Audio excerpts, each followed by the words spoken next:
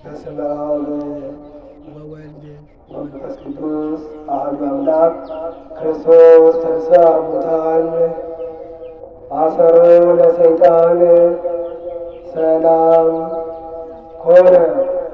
የእግዚአብሔር ቤተሰቦች የድንግል ማርያም የአስራት ልጆች በልዑል እግዚአብሔር ሰላምታ እንደምን አመሻችሁ? እንደምን እስከዚህ ሰዓት ቆያችሁ?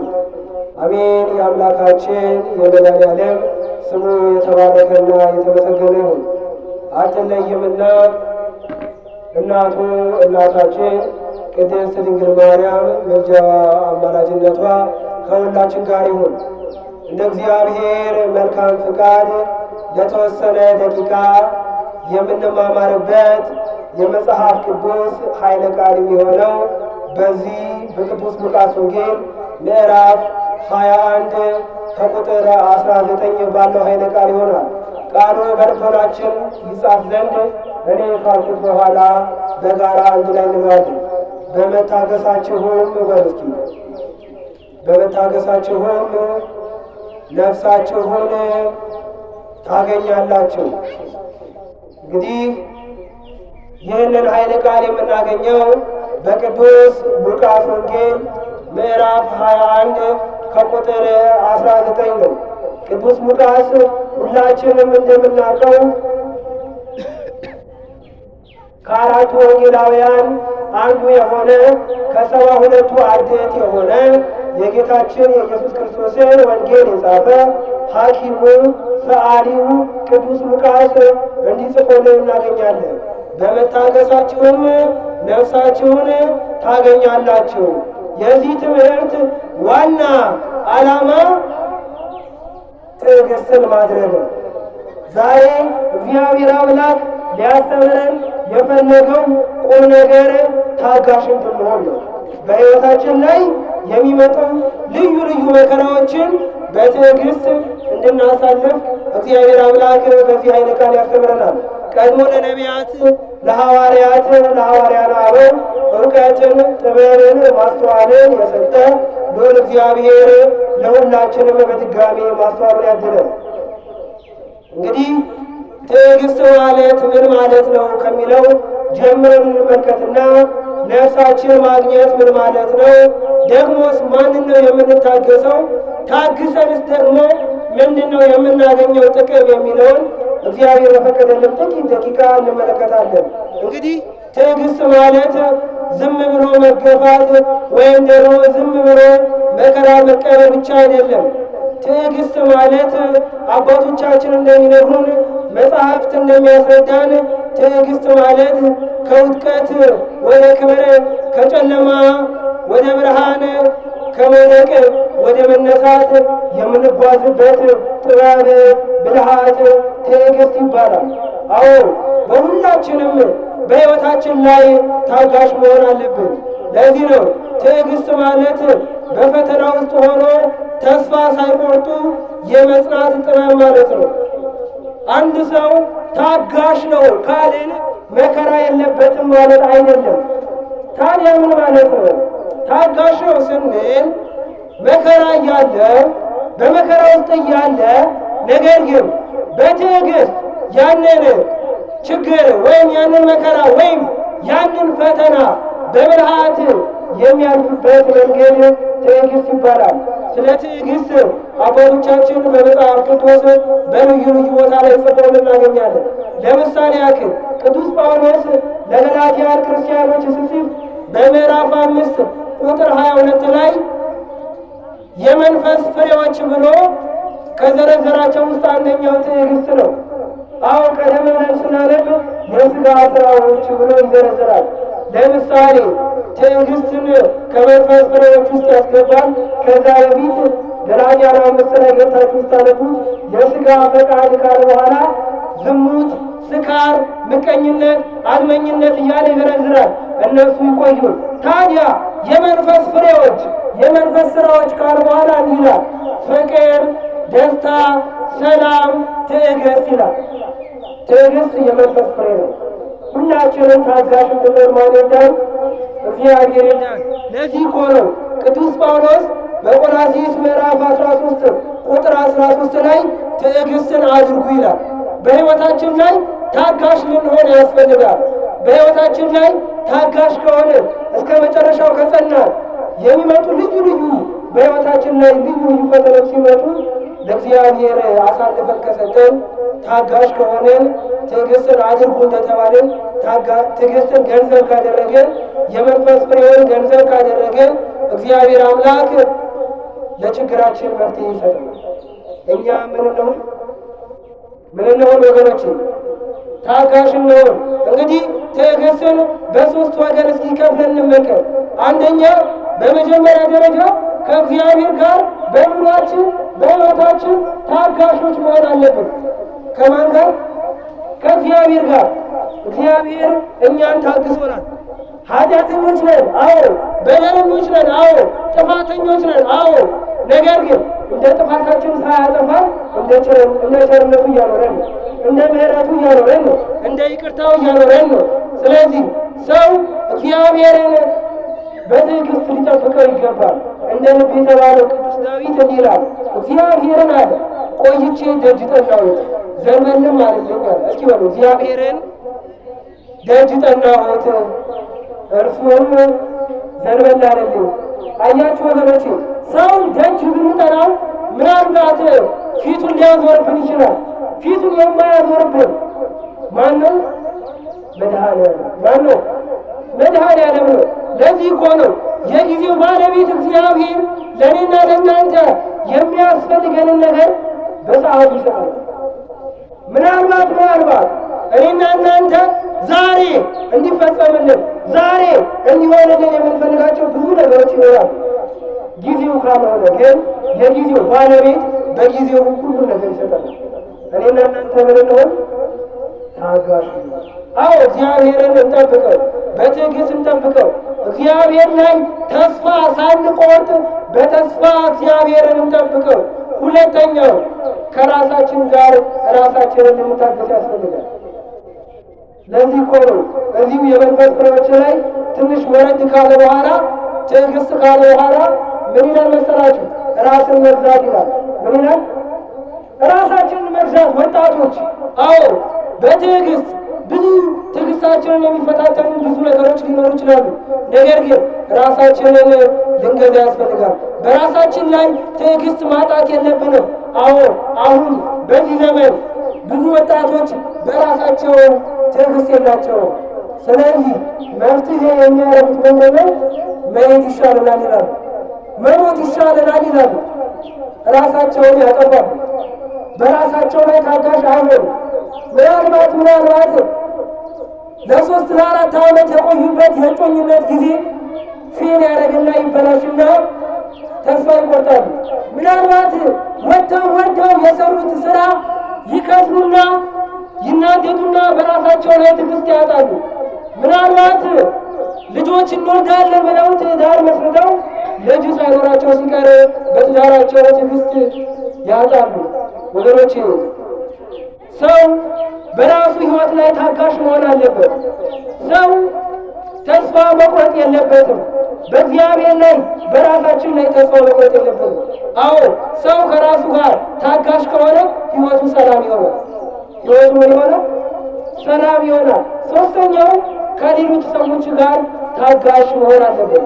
እግዚአብሔር እኛን በይቅርታው በቸርነቱ እንደታገሰን እኔና እናንተም ወንድም እህቶቻችንን ልንታገሳቸው ያስፈልጋል።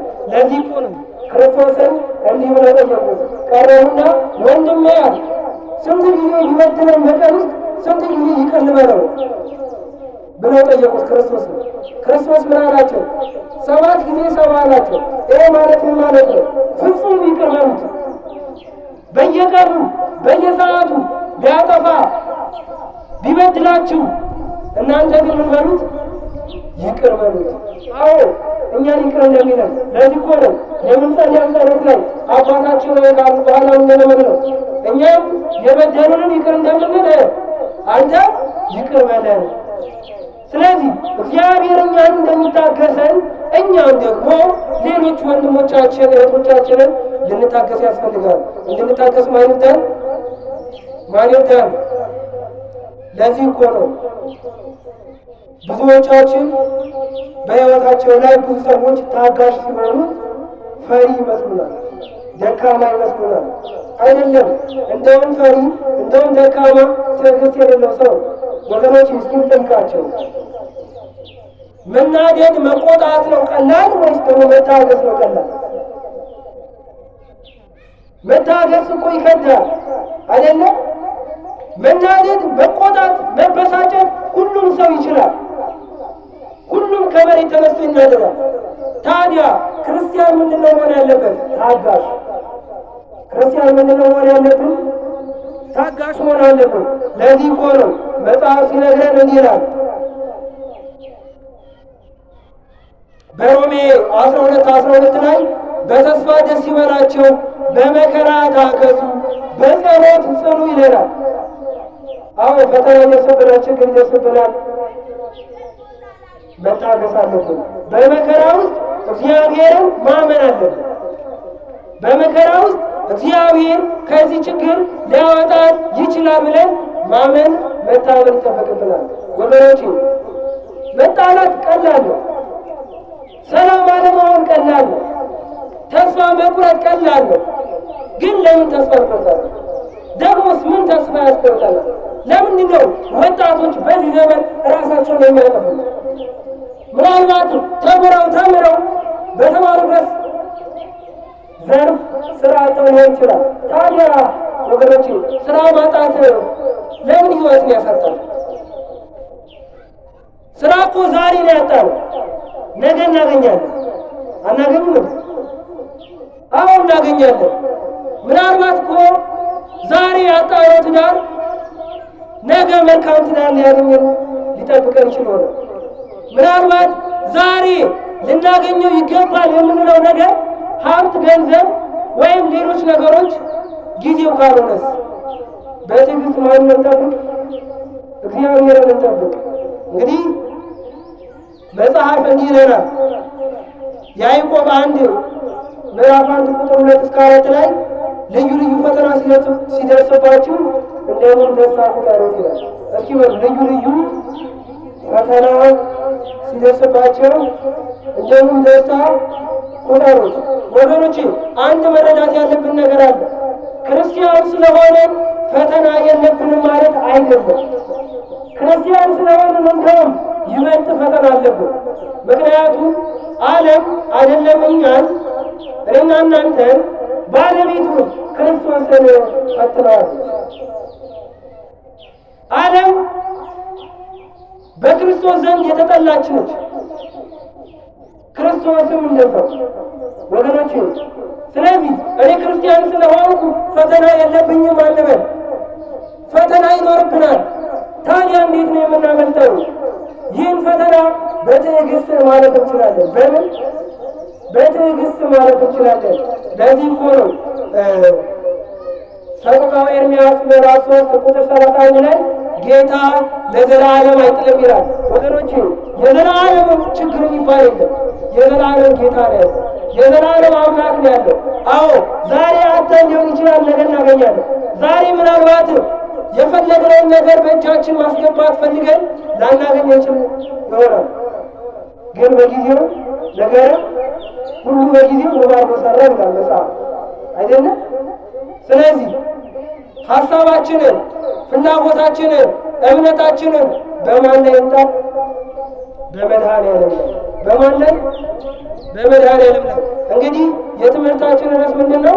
በመታገሳችሁ ምናችሁን ታገኛላችሁ? ነፍሳችሁን ታገኛላችሁ። አዎ ሰዎች ታጋሽ ከሆንን አይደለም ምድራዊ ስጋዊ ነገር ነፍሳችንን ማግኘት እንችላለን። መጽሐፍ እንደሚነግረን ለዚህ እኮ ነው ማቴዎስ ወንጌል ምዕራፍ 16:16 ላይ ሰው አለ መጽሐፍ ቅዱስ ይነግረን ዓለምን ሁሉ ቢያተርፍ ነፍሱን ግን ቢያጎል ምን ይረባዋል? ምን ይጠቅመዋል? መቅደም ያለበት የትኛው ነው? የትኛው ነው ወገኖቼ? ነፍሳችን። ለነፍሳችን የሚሆነውን ነገር ለዚህ ነው ሰው አንድ ሰው ምድራዊ ደስታ ምድራዊ ነገር ለማግኘት ብዙ ውጣ ውረዶችን ያልፋል። ብዙ ውስጥ ሁኔታዎች ውስጥ ይገባል። ለስጋዊ ነገር ይሮጣል፣ ይወጣል፣ ይወርዳል፣ ይለፋል። ለመንፈሳዊ ነገር ግን ብዙም አንታይም። አይደለም እንዴ? ታዲያ መጽሐፍ ግን እንደዛ አይደለም የሚለው ዘላለማዊ ነፍስን ለማግኘት ዘላለማዊ ድኅነትን ለማግኘት ዘላለማዊ ሕይወትን ለማግኘት አስቀድመን መንግሥቱን መፈለግ ያስፈልጋል። አዎ አስቀድማችሁ መንግሥቱንና ጽድቁን ፈልጉ ይላል። ሌላው ሁሉ ይጨመርላችኋል ይላል። እንግዲህ ነፍስን ማግኘት ምን ማለት ነው? ነፍስ እንዴት ልናገኝ እንችላለን ስንል አንደኛ ራሳችንን ለፈጣሪ አሳልፈን በመስጠት ምናችንን ራሳችንን፣ ሕይወታችንን፣ ኑሯችንን፣ ትዳራችንን፣ እውቀታችን፣ ትምህርታችን፣ ስራችንን ሁሉም መድኃኒዓለም ይግባበት ማለት ነው። ማን ይግባበት? ማን ይምራው? መድኃኒዓለም ይምራው። አዎ ሕይወታችን በጎ የሚሆነው ማን ሲመራው ነው? በማን እጅ ሲያዝ ነው? በመድኃኒዓለም እጅ ሲያዝ ነው። ስለዚህ ነፍሳችንን ማግኘት የምንችለው በመጀመሪያ ሁሉ ነገራችንን ለባለቤቱ ለእግዚአብሔር አሳልፈን ስንሰጥ፣ ሌላው ለነፍሳችን ቅድሚያ ለመስጠት ነው። ከስጋችን ይልቅ ለነፍሳችን ቅድሚያ መስጠት ይገባናል። ወገኖቼ ነፍስ ከቁስ ጋር አትወዳደር። ብዙ ሰው ምድራዊ ነገር ለማግኘት ብሎ ሃይማኖትን ይቀይራል። ትዳር ለማግኘት ብሎ ሃይማኖት ይቀይራል። ምናልባት ትንሽዬ ኢኮኖሚ፣ ትንሽዬ ገንዘብ፣ ትንሽዬ ስራ ለማግኘት ብሎ ሃይማኖትን ይቀይራል። ነፍሱን ይገላል። ለምን? አለማወቅ። የነፍስ ዋጋዋ የክርስቶስ ደም ነው። ክርስቶስ ቅዱስ ሥጋውና ክቡር ደሙን ለእኛ የቆረሰው ያፈሰሰው እኔና እናንተ እንድንድን ነው። ግን ብዙዎች በማወቅም ባለማወቅም ነፍሳቸውን በቁስ ይለውጡታል። የነፍስ ዋጋዋ በቁስ አይለካም። የምን ዋጋዋ? የነፍስ ዋጋዋ ነፍስን ለማግኘት በቁሳዊ ነገር መታለል መቻል የለብንም። ራሳችንን መካድ አለብን። አዎ ለክርስቶስ አሳልፈን መስጠት አለብን። ሁሉ ነገራችንን በሕይወታችን ላይ ታጋሾች መሆን አለብን። ለነፍሳችን ዋጋ መስጠት አለብን። ለምናችን የሚገርመው ነገር ብዙ ሰው ለመታወቂያ ዋጋ ሲሰጥ ይታያል። ለምን? ለመታወቂያ በ2 ዓመት በ4 ዓመት ለሚታደስ ለቀበሌ መታወቂያ ዋጋ እንሰጣለን። ለምሳሌ ጠዋት ሄዳችሁ 12 ሰዓት ትሰለፋላችሁ አይደለ? ደግሞ ቢጠፋስ ፖሊስ ጣቢያ ትሄዳላችሁ መታወቂያችሁን ለማስወጣት። መታወቂያው ግን የሚኖረው መጀመሪያ ምን ሲኖር ነው? ነፍስና ስጋ ሲኖር ነው አይደለም ወገኖች? ስለዚህ ከምድራዊ ነገር ከቁሳዊ ነገር ይልቅ አስቀድመን ልንፈልግ አስቀድመን ልንሻ የሚገባው ነገር ለነፍሳችን ዋጋ መስጠት ነው። ለነፍሳችን ዋጋ እንድንሰጥ ማይወዳል። ለዚህ ነው ቅዱስ ጳውሎስ በዕብራውያን መልእክቱ ምዕራፍ 10 ቁጥር 39 ላይ እንዲህ ይለናል፣ እኛ ግን ነፍሳቸውን ሊያድኑ ከሚያምኑት ወገን ነን እንጂ ነፍሳቸውን ከሚያጠፉት ወገን አይደለንም ይላል። ወገኖቹ በዚህች ዓለም ውስጥ የምንቆየው ጥቂት ዕድሜ 70 እና 80 በስጋዊ ነገር ብቻ ልናሳልፈው አይገባም። ያ በስጋዊ ነገር ብቻ የምናደርገው ተድላ ደስታ ለዘላለማዊ ሕይወታችን አይጠቅመንም። ለዘላለማዊ ሕይወታችን የሚጠቅመን ስጋችንን ለነፍሳችን ስናስገዛ ነው። ለነፍሳችን ቅድሚያ ስንሰጥ ነው። በሕይወታችን ላይ ታጋሽ ከሆንን ነው። ስለ ትዕግስት ስናወራ የትዕግስት አባት የሆነው ኢዮብን እናገኛለን። ኢዮብ ምዕራፍ 1 ቁጥር 1 ጀምሮ ስናነብ እጅግ ባለጠጋ እጅግ ባለ ሀብት የሆነ የተከበረ ሰው 10 ልጆች የነበሩት ሰው ነው። ነገር ግን ሰይጣን ፈተና ቀረበበት። ማን? ወገኖቼ የምንፈተነው ኃጢአተኛ ስለሆንን ብቻ አይደለም። እግዚአብሔር እኛን ይፈትነናል። ለምን? እምነታችን እንዲታወቅ ነው። ለምሳሌ እግዚአብሔር አምላክ አብርሃምን ፈትኖታል። ምን ብሎ? በስተርጅና ያገኘውን አንዱን ልጁ ይስሐቅን ሰዋልኝ ነው። ደግሞም ተፈተነ። 10 ልጆቹ በአንድ ቀን በአንድ ቤት ውስጥ ድንጋይ ተደርጎባቸው ሞቱ። ስንት ልጆቹ? ኢዮብ ምን አለ መሰላቸው? እግዚአብሔር ሰጠ፣ እግዚአብሔር ነሳ አለ። መጽሐፈ ኢዮብ ምዕራፍ 1 ቁጥር 21 ነው። እስኪ በሉ እግዚአብሔር ሰጠ፣ እግዚአብሔር ነሳ። አዎ ወገኖቼ፣ በሕይወታችን ላይ ታጋሽ መሆን ያስፈልጋል። ልጅ የሰጠው እግዚአብሔር ነው። ልጆችን የወሰደው ማን ነው? እግዚአብሔር ነው። የሚገርመው ነገር ልጆች ብቻ አይደለም ኢዮብ ያጣው፣ ሀብት ንብረቱን በሙሉ አጣ። ከብቱን፣ ፍየሉን፣ በሬዎቹን በሙሉ አጣ። ኢዮብ አሁንም ምን አለ መሰላችሁ? እግዚአብሔር ሰጠ፣ እግዚአብሔር ነሳ። ኢዮብ በእግዚአብሔር ላይ አላማረረም። በማን ላይ ወገኖቼ? በእግዚአብሔር ላይ ማጉረምረም አያወቅም። በእግዚአብሔር ላይ ማጉረምረም ትርፉ ድካም ነው። ሰው ሲጀመር በሕይወቱ አመስጋኝ ነው መሆን ያለበት። ምንድን አመስጋኝ ነው መሆን ያለበት። ኢዮብ ትዳሩን አጣ፣ ልጆቹን አጣ፣ ሀብት ንብረቱን አጣ። ሚስቱ ምን አለችው መሰላችሁ? እግዚአብሔርን ስደብና ሙት አለችው። ማንም ስደብና። በጣም ይገርማል። ኢዮብ በሽታ በደረሰበት ሰዓት ላይ ጓደኞቹን ከዱት። ከዚህ በላይ ሰውነቱ በቁስል ተመታ። ግን ኢዮብ ታጋሽ ሆነ። ግን ኢዮብ በእግዚአብሔር ላይ አላማረረም። ግን ኢዮብ ከእግዚአብሔር እጅ ፈቀቅ አላለ። እኔና እናንተም በእግዚአብሔር እጅ እንድንመራ ማን ይርዳን? ማን ይርዳን? ለዚህ እኮ ነው መጽሐፍ ቅዱስ ያ በብሉይ ኪዳን የነበረውን ኢዮብ በአዲስ ኪዳን ላይ ያዕቆብ በምዕራፍ 5 ቁጥር 11 ላይ አውጥቶ እንዲህ ይለናል፣ እነሆ በትዕግስት የጸኑትን ብፁዓን እንላቸዋለን። በምን የጸኑትን? በትዕግስት የጸኑትን። ወገኖቼ ትዳራችሁ ሊፈርስ እንኳን ቢል መድኃኒዓለም ወጣችሁ ተፍቱ። ማንም እዛ ፍርድ ቤት ለፍርድ ቤት ከምትንከራተቱ እውነተኛ ፍርድ ያለው የት ነው? የት ነው?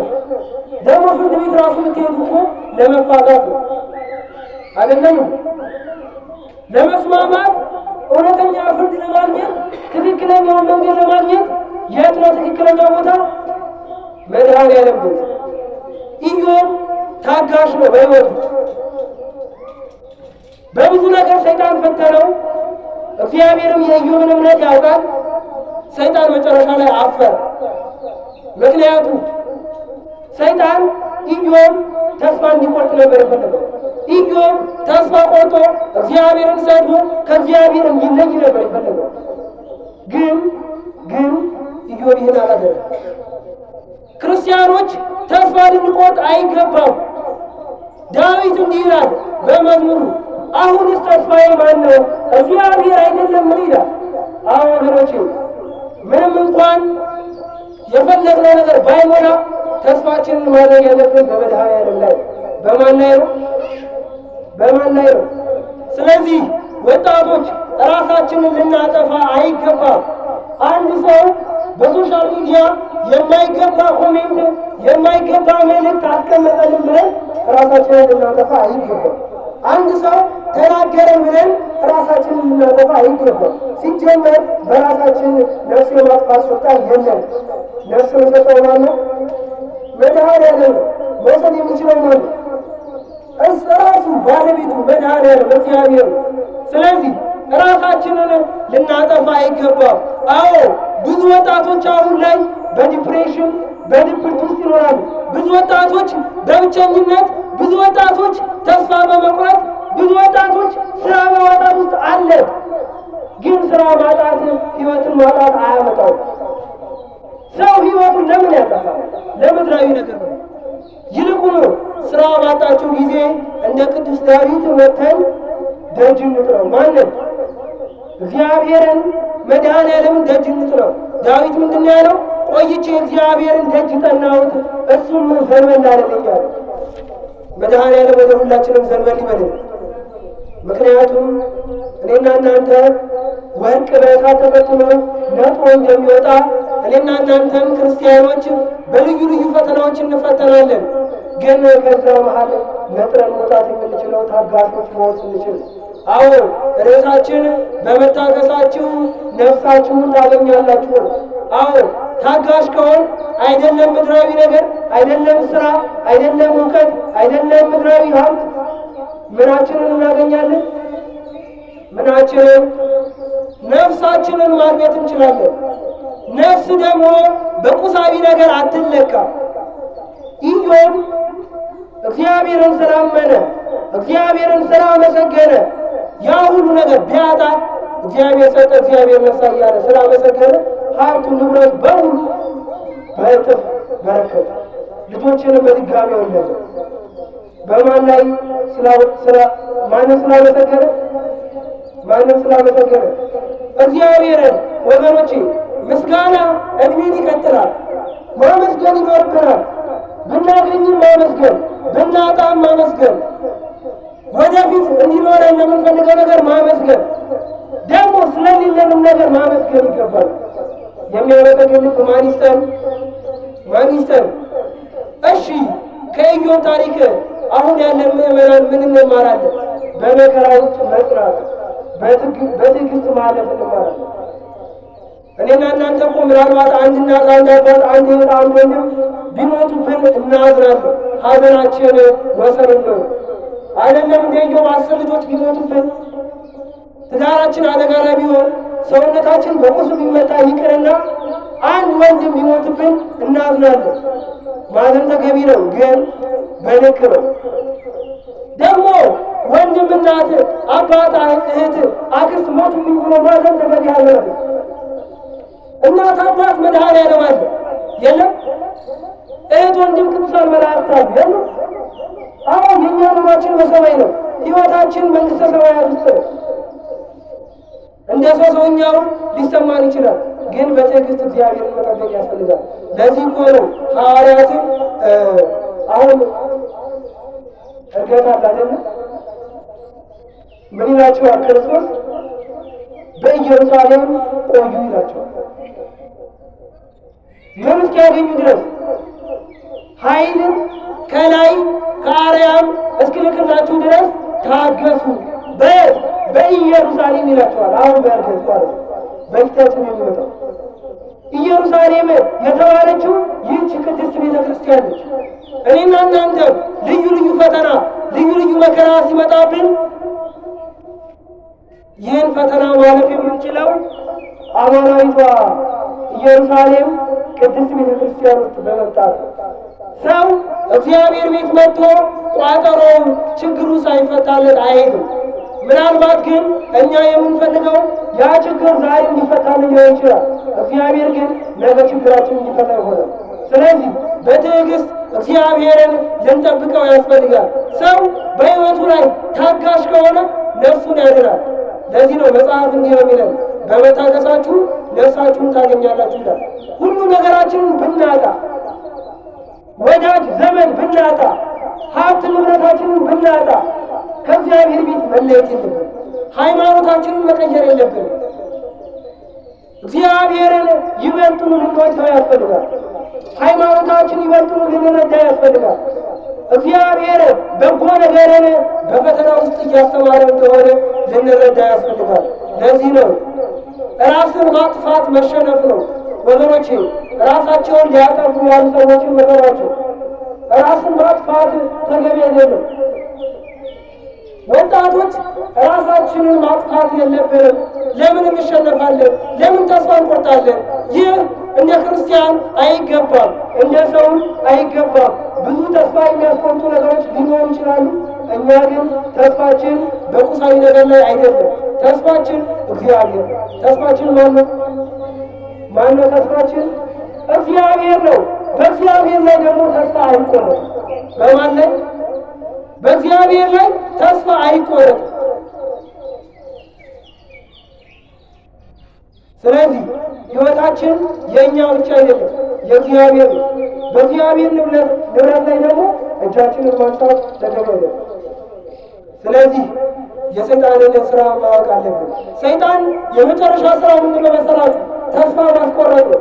አንድ ሰው ተስፋ ከቆረጠ በራሱ ላይ ይጨክራል። እኛ ክርስቲያኖች ደግሞ ተስፋ መቁረጥ የለብንም። እኛ እኮ ሕይወታችን ኑሯችን በዚህ ምድር አይደለም። ታውቃላችሁ አይደለም? ይህቺ ምድር ቢገፋ ቢበዛ 70 እና 80 ከዛ በኋላ ወደማታልፈው መንግሥተ ሰማያት ነው። ዘላለማዊ ሕይወት እናገኛለን። ዘላለማዊ ሕይወትን ደግሞ የምናገኘው በትዕግስት ስንኖር ነው። እንደ ቃሉ ስንኖር ነው። እንደ ሕጉ ስንኖር ነው። ንስሐ ስንገባ ነው። ቅዱስ ሥጋውና ክቡር ደሙን ስንቀበል ነው ዘላለማዊ ሕይወትን የምናገኘው። ሰው ራሱን ሲያጠፋ በዚህም በሰማይም ሁለቴ ይሞታል። በያልኳችሁ በዚህም ያልፋል፣ በዛም ደግሞ ገነት መንግሥተ ሰማያት ይቀርበታል። እኛ ግን የተፈጠርነው እንደዛ አይደለም። ራሳችንን ልናጠፋ አይደለም። ታዲያ ለምን የተፈጠርነው?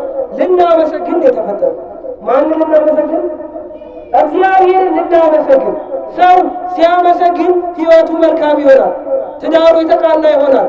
በሰላም ወጥቶ በሰላም ይገባል። ወገኖቼ የሰላም ዋጋዋ ስንት ነው? ምን ያህል? በገንዘብ እንለካዋለን? የሰላምን ዋጋ አንለካውም አይደለም? ታዲያ በሰላም ወጥተን በሰላም ለመግባት በሕይወታችን ላይ ታጋሽ መሆን አለብን። ታጋሽ እንድንሆን ማን ይርዳን? ማን ይርዳን? ለዚህ እኮ ነው መዝሙረ ዳዊት መዝሙር 144 ቁጥር 9 ላይ እንዲህ የሚል ቃል አለ። ይህ እግዚአብሔር ለሚታገሱት ቸር ነው፣ ምሕረቱን ይቅርታውን ለሁሉ ነው። እግዚአብሔር እንደሚሉት ለሚታገሱት ምንድን ነው? ቸር ነው። በሕይወታችን ላይ ታጋሽ መሆን አለብን። በተለይ በትዳር ያላችሁ ወንድም እህቶች ትዳራችሁ እንዲበተን ሰይጣን ይፈልጋል። ትዳር ማለት ትልቅ ተቋም ነው። ትዳር ማለት ትንሿ ቤተ ክርስቲያን ማለት ነው። ሰው ከመልካም ትዳር መልካም ፍሬ ይወጣል። ዛሬ ሀገር የሚመራ መልካም ሰው፣ ቤተ ክርስቲያን የሚያስተዳድር መልካም ሰው ከተፈለገ ትዳራችሁ መልካም መሆን አለበት። ከተረበሸ ትዳር፣ ከተፋታ ትዳር የሚወጣ ሰው መልካም ዜጋ፣ መልካም ወጣት ሊሆን ይችላል። ስለዚህ